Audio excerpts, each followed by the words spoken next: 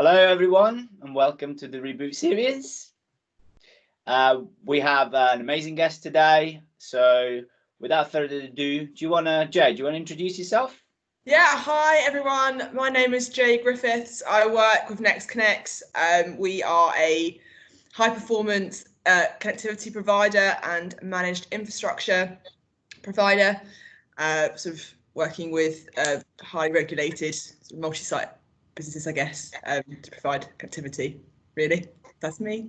Good. So I suppose your line of business is providing connectivity to businesses, and in the last few weeks this has been quite a key for everyone to be able to work.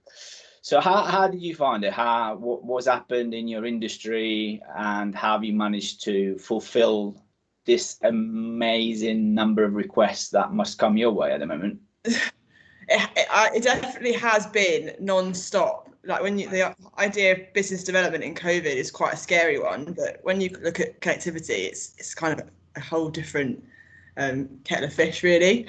I mean, there's been such an emphasis on bigger capacity. The idea of VPNing, the whole idea of remote working has just hit the world by storm, and it's not going anywhere. There's not going to be any changes for a long time, and I think the idea from our perspective, the idea of resilient connectivity, and the idea of being able, especially from a firewall perspective, the idea of having the capacity on your firewall and being able to manage the concurrent VPNing is such a massive, it's such a huge, significant part of being able to work effectively from home. So we haven't really stopped, and I sort of praying really doesn't really stop for a long time. It sounds awful, but it's quite nice. It's nice to be able to work with a lot of people at the moment. Jay, do you think now the move from office space to then dispersed and home working, is that changing businesses' attitudes to connectivity, like how they access information within the business when they're in different locations? Are they thinking about, like you mentioned, VPNs and security authentication, right? Is it changing the conversations that you're having? Absolutely. And every opportunity or every tender we're looking at, a huge section of it has sort of remote working and BCI as the sort of fundamental underlining point of the entire tender. Yeah. That's been so evident in every single bit of every proposal I've been handed, really. The moving forward, the idea of, because I've seen it a few times now, where businesses are making sure they're not actually renewing a lot of their tenancies in their London offices because they can be able to move remote for sort of more permanent basis. And I think I've got one. We're working on a few residential buildings where we're supplying sort of resilient links into the building to make sure that everyone who's in that building from a residential standpoint can work effectively from home. So that's going to be an interesting thing moving forward, seeing more sort of high performance networks into actual residential office or buildings as opposed to offices. Yeah, really interesting shift, isn't it? It's like, there's always been the distinction between the business and the residential kind of networks, but actually now having more of that capacity and resilience in residential, right? That's a big change in the last 4 months, right? Absolutely. And so it's just not going anywhere. Everything I'm seeing now, the conversations have completely changed from the start of the year. Like, everyone could just throw out their 2020 agendas, and it completely changed as of March. The idea of there potentially not being any office then opens up so many conversations around what we do around connectivity, infrastructure. Everything moving forward is going to be different. So it's just making sure that anything we put in place has no negative impacts on the way that people can perform and how the systems perform themselves. I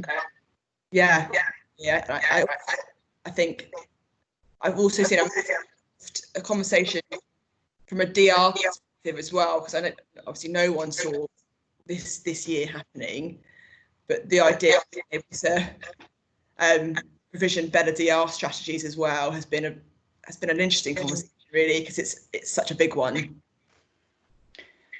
Yeah, I think it's interesting you saying that. I think what we're seeing is the shift from just looking after one big office space to now looking after hundreds of home little networks, especially with kids being at home and downloading Disney Plus on 4Ks.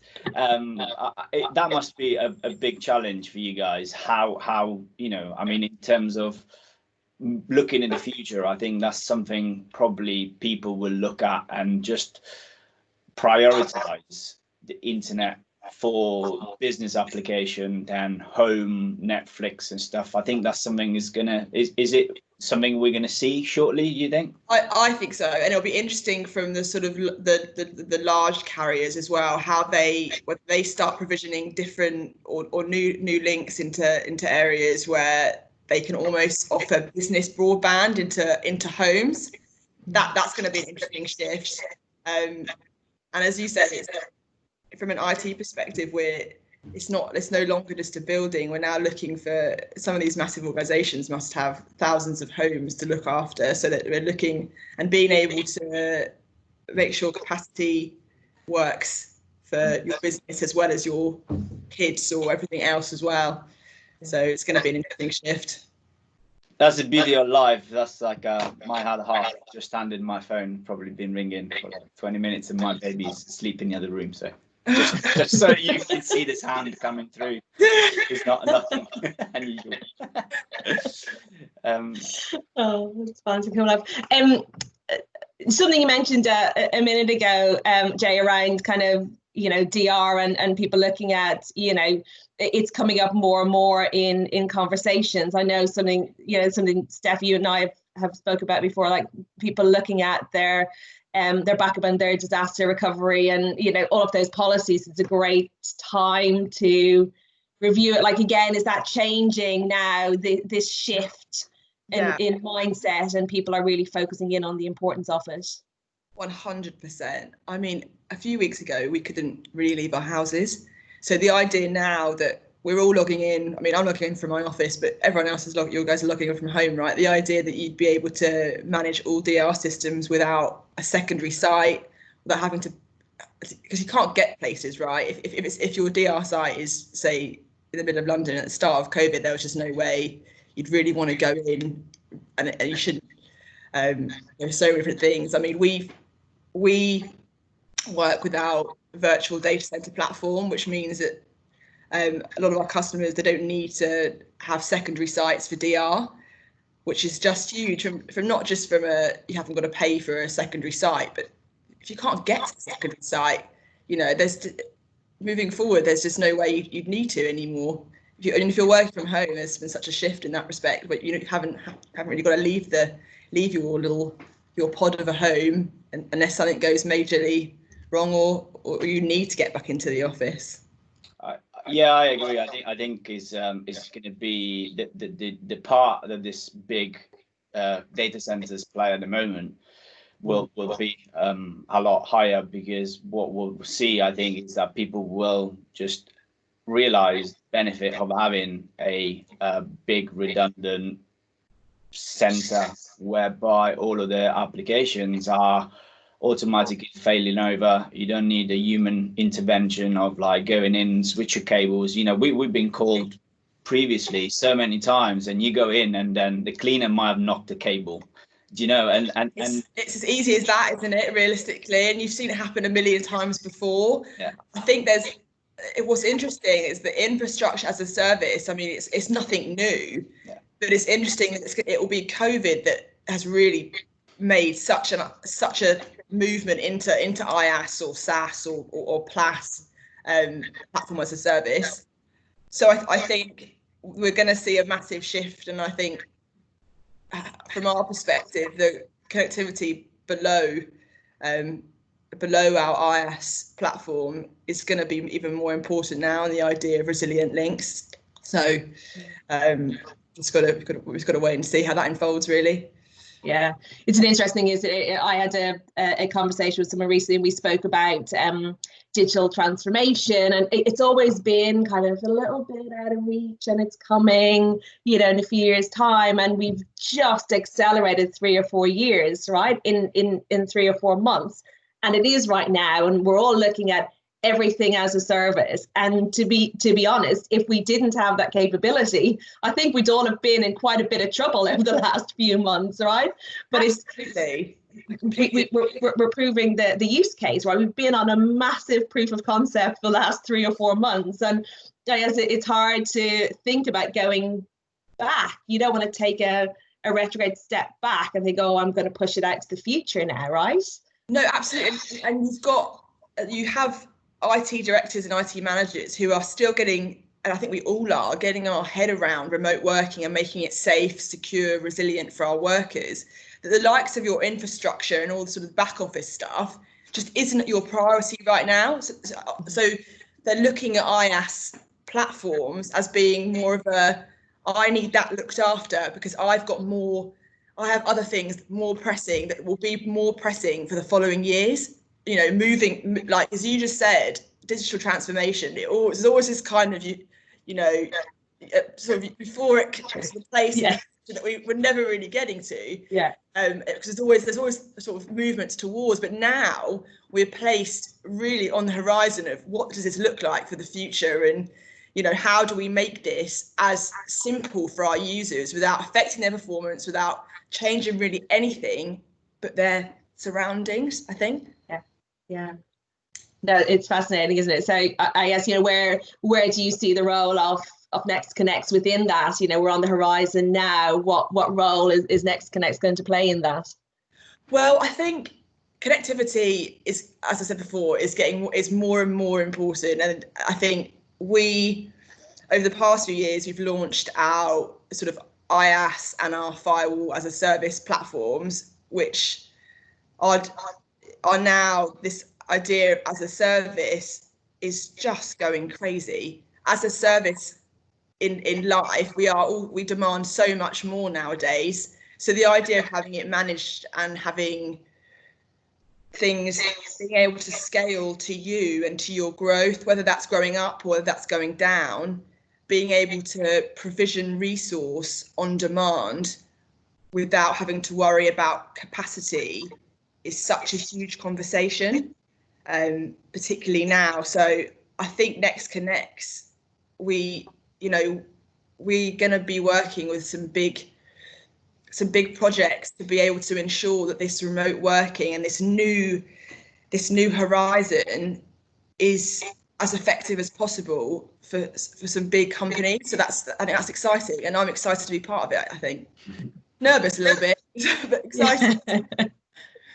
But you made an interesting point there about like as a service and people's expectations, right, have changed as well. So I guess what do you think, from a user and customer experience, and I guess what onus do you place on the big tech vendors in making the technology as intuitive and user friendly and delivering that great kind of user and customer experience? How important is that, and are you seeing that being in the future? Yeah, I think tech vendors are going to have to lean so much more on their managed services as an important business line, because now I think you look at the big hardware vendors, and hardware is still particularly from an infrastructure perspective, a lot of people that I've worked with before still love owning their own hardware. But moving forward, the conversations I've been having anyway are, please, can we not have any more hardware? Please, can we move to as a service? So it's going to be interesting, those sort of we're going to see the big tech vendors, I guess, moving to a much more of as a service or managed service perspective, where people don't have to pay for 2 racks worth of kit anymore. They can pay for what they need on demand, and they're going to have to be so much quicker with delivering it as well, because regardless if you feel huge, if someone can deliver it quicker and on a more flexible basis, you're up against the smaller competitors now that are able to fulfill those requirements so much quicker and more bespoke, I think. Yeah. Scalability, I think, and adaptation they're going to be the two main factors, I think, in terms of like, I think at the moment there isn't much of a expansion, but I think as things, we were saying earlier, things are starting happening again. People are investing again. They need to be able to scale up or scale down within a month. So this big capex expenditures of hundreds of thousands of pounds of kit in a comms room is going to be a bit of a different conversation, and people will rather pay. Like Microsoft are doing an amazing job with providing like monthly subscriptions. So how many users do you want? 1,000. Okay, areas have 1,000. How many users do you want this month? 100. And you can then change and adapt, because people and businesses need to sort of morph and change depending on what the requirements are. Absolutely, and regardless of whether you are really big, you should be able to offer that almost bespoke service to each one of your businesses that quickly. So this idea of evolving, and we have no idea what's going to happen towards the end of the year and the next few years. So the idea of adapting and evolving is such a huge concept. You're right. So I would say it's what we would like to ask people that they come and join us, right? If you had, a time chip and could go back 4 months, what would you tell yourself then that now? What would be the things you'd say to focus on, do differently? That is a huge question, Orla. I know. One thing, even just exercise more. It can be a personal thing or a business thing. It's if I could, from a business perspective, I would have lent more on the idea of not being able to get to kit, not because of COVID, but just because it is such a massive conversation. Not being able to get to kit and not having to manage kit, I would have pushed more on from a business development perspective. I don't really agree with using COVID as a business case. It just seems distasteful, really. But the idea of not being able to leave the house, I would have, or to not leave the house, but have to leave your office or your house is such a big point. So I think I would have told myself that from a business perspective. Then on a personal perspective, I would say to not have spent so much on summer clothing, because I think that, basically that. Holiday clothes. Oh gosh, and also not to even book a holiday, because then you have got to cancel them. Yeah. Yeah. Oh, super. Brilliant. Okay, well, thank you very much, everyone. Then see you soon. Thanks for having me. Thanks, Jay. Thank you.